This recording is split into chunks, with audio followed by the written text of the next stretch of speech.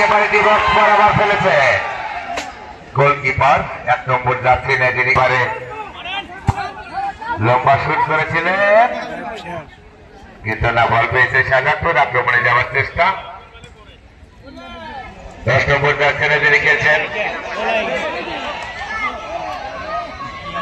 সাবি, কিন্তু না, বাধাপ্রাপ্ত হয়ে ফিরে আসলেন আবার আক্রমণে বেলকুচি। 22 নম্বর যাত্রা যিনি খেলছেন ঠেকিয়ে দিলেন সেই মিঠুর উদ্দেশ্যে, নিয়ন্ত্রণে তার বল।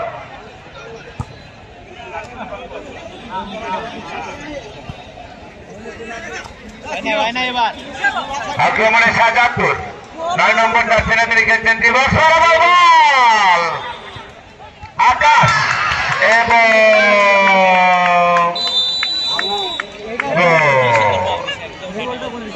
আজকের খেলার 4 নম্বর গোল।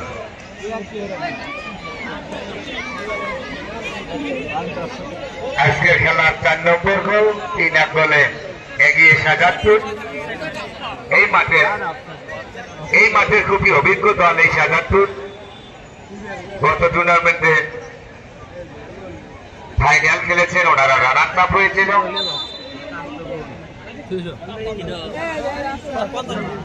কল্যাণপুর বেলকুচি, এনারা কিন্তু নাচর বান্দা, একেবারে লম্বা পাস কিন্তু রাখতে পারেনি বল। বল পেয়েছে শাহজাদপুর, নিয়ন্ত্রণে তাদের হেড, শক্তিশালী হেড, একেবারে প্রান্ত বদল। পরিচালকের বাসি হয়তোবা ফাউল।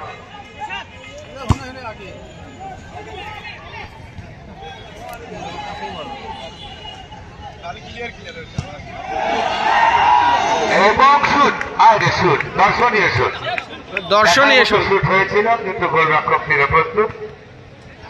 সুপ্রিয় দর্শক মন্ডলী, আগামী শুক্রবার আমাদের এই মাঠে প্রথম সেমিফাইনাল খেলা অনুষ্ঠিত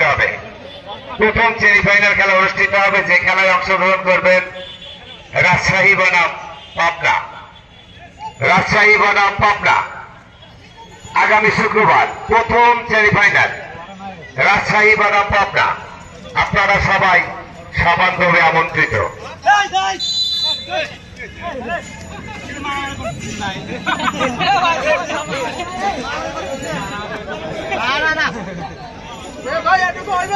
পরিচালকের পাশে 2 জন খেলোয়াড় মাঠের মধ্যে পড়ে আছেন এবং উঠে দাঁড়িয়েছেন, হয়তো ব্রেকিং শাহজাদপুরের অনুকূলে। দুজনে আমার